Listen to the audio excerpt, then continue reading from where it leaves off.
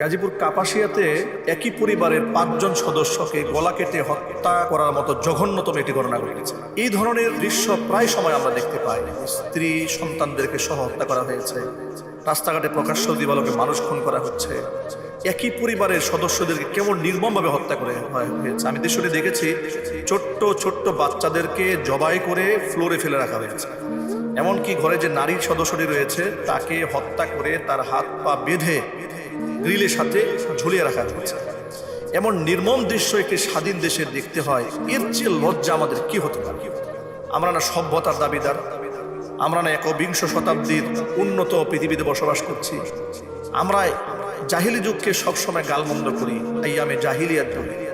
আমরা তো জাহিলি যুগকেও হার বানিয়েছি। আমরা এই অবস্থা থেকে উত্তরণের রাস্তা খুঁজে পাচ্ছি না। তার কারণ আমরা সঠিক গন্তব্যে পৌঁছতে পারিনি। এদেশের আলেম ওলামারা যখন কোরআন হাদিস দিয়ে রাষ্ট্র পরিচালনার কথাবার্তা বলেন, তখন বাঙ্গু সুশীল যারা আছেন তারা বলেন হুজুররা দেশটাকে মৌলবাদীর দিকে ঠেলে দিতে চান। আমরা কোরআন শরীফের সেই আইনটাই বাংলাদেশে দেখতে চাই। আল্লাহ রাব্বুল আলামিন বলেছেন, ইয়া আইয়ুহাল্লাযীনা আমানু কুতিবা আলাইকুমুল কিসাসু ফিল কতলা। এই ঈমানদারেরা, হত্যার বদলে তোমাদের জন্য কিসাসের বিধান করা হয়েছে, অর্থাৎ হত্যার বদলে হত্যা। আল্লাহ পাকের কালামের প্রতি আমাদের সম্মান, আজমত, মহব্বত, ভালোবাসা আছে না না? কার কার আছে? হাত দেখি তো ভাই। মাশাআল্লাহ, আল্লাহ কবুল করেন। হাত নামান। যদি এই সম্মানটা আমরা হৃদয় থেকে করি, যদি মুখের দাবি না হয়, তাহলে কোরআনের অসম্মান হয়, অমর্যাদা হয়, এমন কোনো কাজ আমরা জীবনের কোনো ক্ষেত্রেই করতে পারবো না। ঠিক কিনা? বড় দুঃখ লাগে বর্তমান বাস্তবতার বৈশ্বিক যে সমস্যা চলছে, বিশেষ করে বাংলাদেশ একটি গরিব রাষ্ট্র।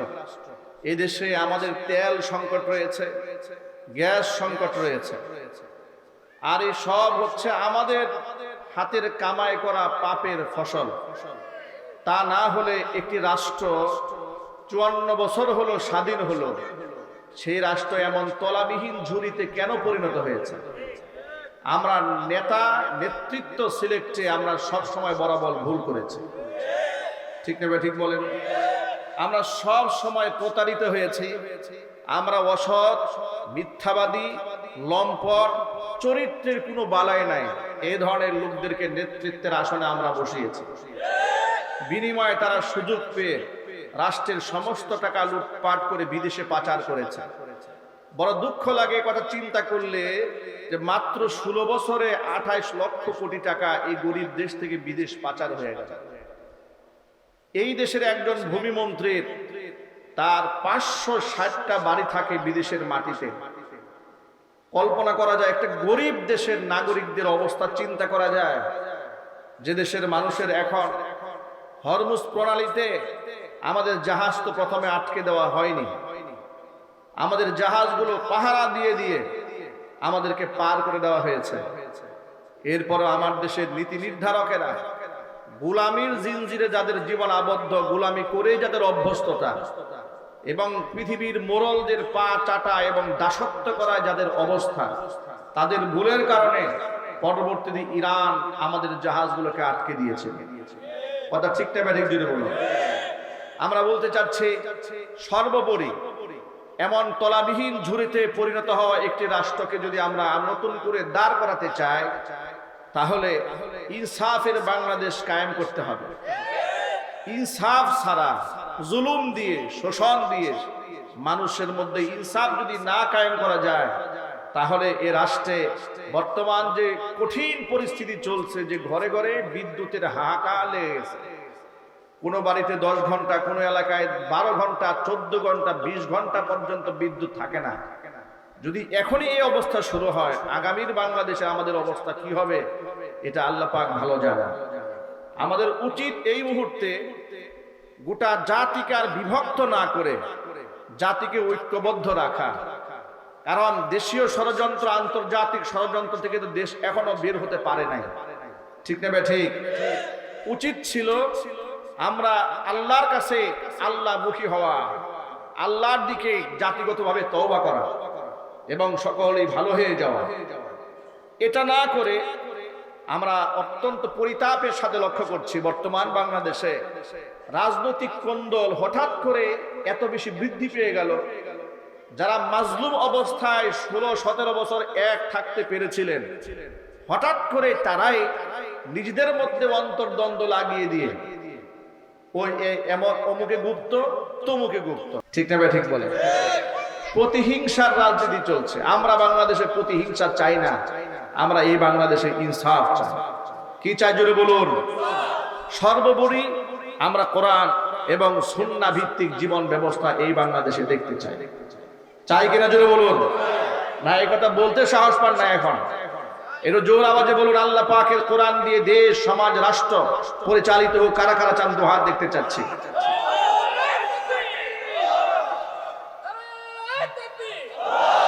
তবে এই চাওয়াটা মন থেকেই চাওয়া হতে হবে। এই চাওয়া যেন আবার ধর্মকে ব্যবহার করে গদি দখল করার ষড়যন্ত্র না হয়, সেটাও খেয়াল রাখতে হবে। ইসলামকে ব্যবহার করে অনেকেই, কিন্তু ইসলাম মানে না। কথা বলেন? ইসলামের সাইনবোর্ড ইউজ করে, কিন্তু ইসলামের স্বার্থ উদ্ধার করে না, ব্যক্তি স্বার্থ উদ্ধার করে, এমন দলও বাংলাদেশে আছে। এই ব্যাপারে আমাদের সতর্ক থাকতে হবে। আল্লাহ পাক বুঝার তৌফিক দান করেন। প্রিয় ভাইয়েরা আমার, মহাগ্রন্থ আল কোরআনে আল্লাহ পাক বলেছেন, ওয়ামা আসাবাকুম মিন মুসিবাতিন ফাবিমা কাসাবাত আইদিকুম ওয়া ইয়াফু আন কাসীর। যত মুসিবত তোমাদের পাকড়াও করে, তো সমস্ত মুসিবত তোমাদের নিজেদের হাতের কামাই করা। আমি আল্লাহ তাআলা এমনিতেই তোমাদের উপর জুলুম করি না, মুসিবত চাপায় দেই না। নিজেদের আমলের কারণে তোমরা মুসিবতের সম্মুখীন হও। ওয়া ইয়াফু আন কাসীর, অনেক কিছু আমি আল্লাহ তাআলা এমনিতেই ক্ষমা করে দেই। অন্য আয়াতে আল্লাহ পাক বলেন, যাহারাল ফাসাদু ফিল বাররি ওয়াল বাহরি বিমা কাসাবাত আইদিন নাস লিয়ুযীকাহুম বা'দাল্লাযী আমিলু লাআল্লাহুম ইয়ারজিউন। জলে এবং স্থলে যে বিপর্যয় শুরু হয়েছে, সেগুলো মানুষের হাতের কামাই করা। মাঝে মাঝে এদেরকে কিছুটা শাস্তির সম্মুখীন আমি কেন করি? লিয়ুযীকাহুম বা'দাল্লাযী আমিলু, এরা যা করেছে তার কিঞ্চিত শাস্তি আস্বাদন করার জন্য আমি এদের এই কঠিন মুসিবতের সম্মুখীন করি, কিঞ্চিত বোঝাবার জন্য, যাতে করে ধাক্কা খাওয়ার পরে সচেতন হয়ে এরা আমি আল্লাহর দিকে ফিরে আসে। সুবহানাল্লাহ বলেন। করোনাকালীন সময় দেখেছেন কত মানুষ নামাজ পড়ার জন্য হাহাকার করেছে, ঠিক না? ঠিক বলে। মসজিদ যখন ওপেন ছিল তখন মসজিদে ঢুকে নাই, মসজিদ যখন ক্লোজ হয়ে গেল, বন্ধ হয়ে গেল, তখন নামাজ পড়ার জন্য পাগল পাড়া হয়ে গেল। এমনকি বাংলাদেশের বহুত সংকটকালীন মুহূর্তে যখন এই দেশের মানুষ খুব বিপদে পড়ে, আল্লাহকে এমন ভাবে ডাকা শুরু করে, বিপদ কেটে যাওয়া মাত্র আল্লাহর নাম ভুলে যায়, ঠিক না? ঠিক বলে। আমি আজকে আপনাদের সামনে মহাগ্রন্থ আল কোরআন থেকে সূরাতুন নূরের 30 নম্বর আয়াতে কারিমা আমার খুতবার মধ্যে আমি তেলাওয়াত করেছি। লম্বা বিশ্লেষণে না গিয়ে, লম্বা ভূমিকা না দিয়ে সরাসরি সেখান থেকে কথা বলতে চাই। এই আয়াতে আল্লাহ রাব্বুল আলামিন আমাদের মানব জীবনে অত্যন্ত গুরুত্বপূর্ণ একটি আমল রয়েছে, সেটা হচ্ছে আমাদের চোখের হিফাজতের আমল। এই আমলটা মুসলিম পরিবেশে এবং মুসলিম রাষ্ট্রে, ইসলামিক দেশগুলোতে, ইসলামিক সমাজে কিভাবে প্র্যাকটিস হয়েছে, কিভাবে সাহাবায়ে কেরাম আমল করেছেন, তাবেঈন, তাবে তাবেঈন, আইম্মায়ে মুজতাহিদিন, সালফে সালেহিন, তারা এই আয়াতের ব্যাপারে কি মন্তব্য করেছেন, তারা কিভাবে আমল করেছেন, আর আমরা সেটাকে কোথায় দাঁড় করিয়ে দিয়েছি। আজকে তো বর্তমান সমাজে পর্দাফুশিতার কথা খুব একটা বলা হয় না, আর মানুষ এগুলো ইদানিং শুনতেও চায় না।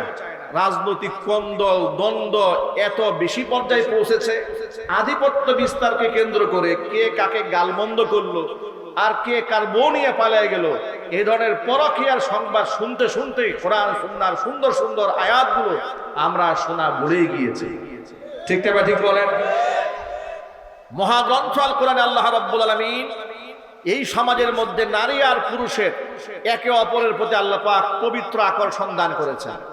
সে আকর্ষণ যেন নষ্ট না হয়, আর সে আকর্ষণ যেন অন্যায় পথে চলে না যায়, এই জন্য আল্লাহ তাআলা পুরুষের জন্য কিছু আমল দিয়েছেন, কিছু আমল দিয়েছেন নারীর জন্য, কিছু আমল দিয়েছেন দেশ এবং রাষ্ট্রের দায়িত্বশীল যারা তাদের জন্য।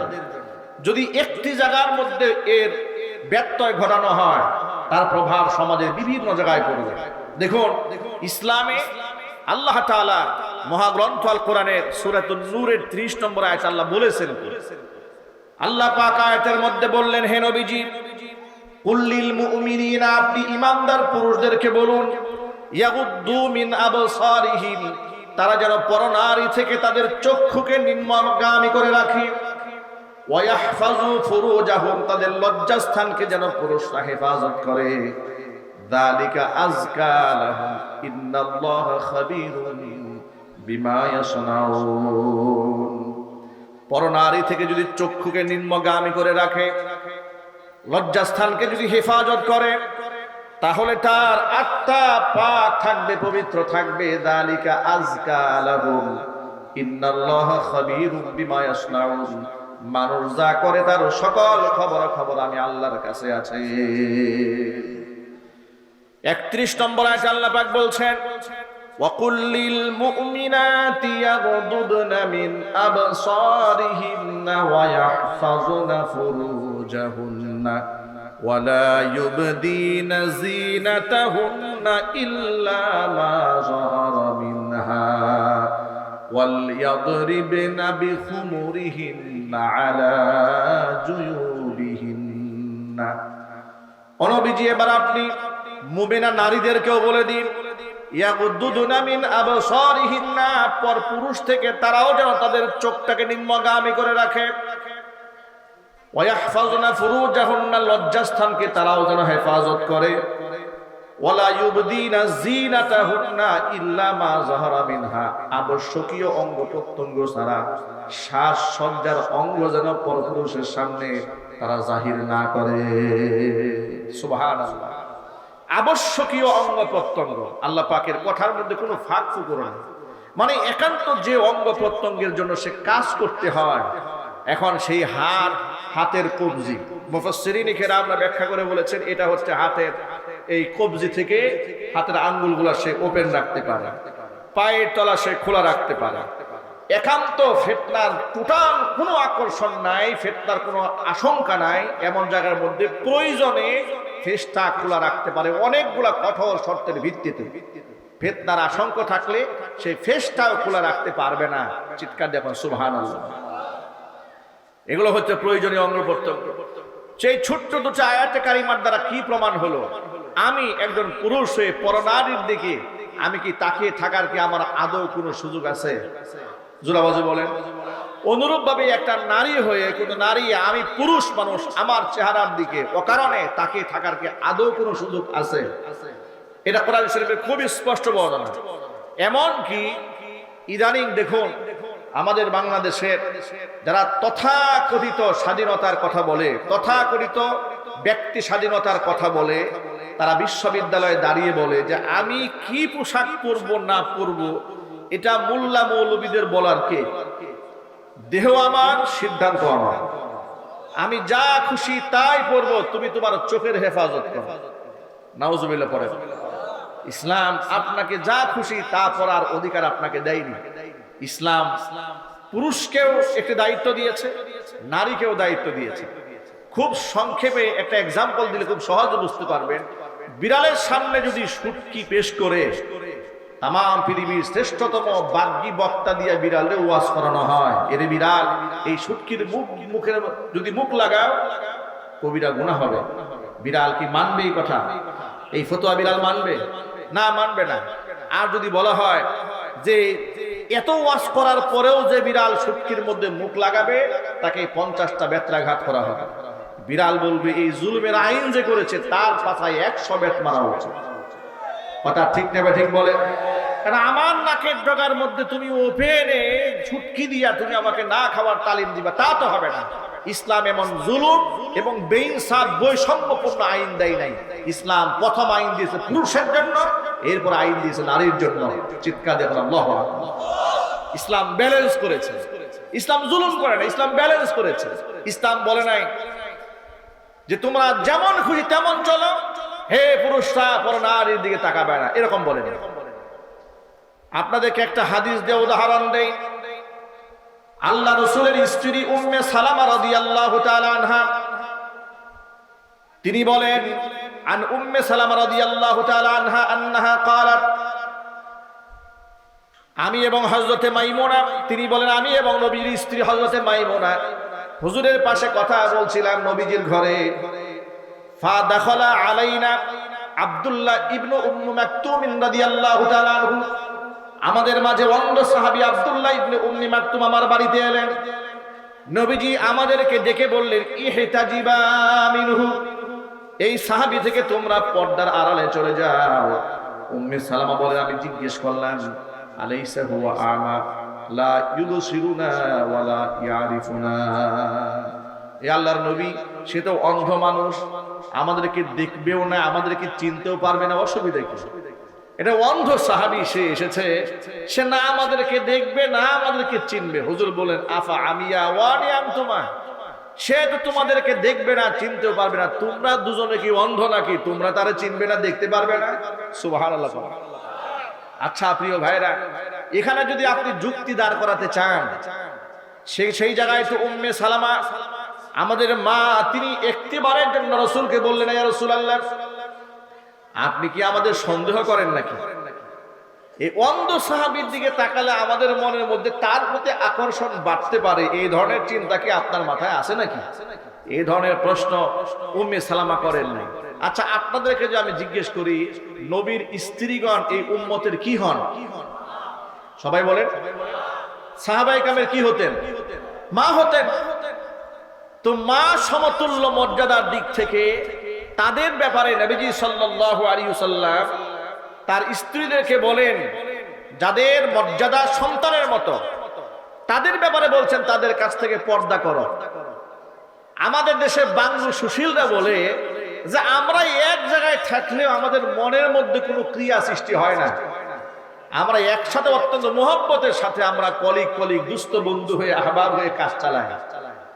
হেফাজত ইসলামের 13 দফা আন্দোলনের মধ্যে বড় একটা দাবি ছিল, সেখানে নারী পুরুষের সহ শিক্ষা এটা বন্ধ করতে হবে। এই কথা বলার পরে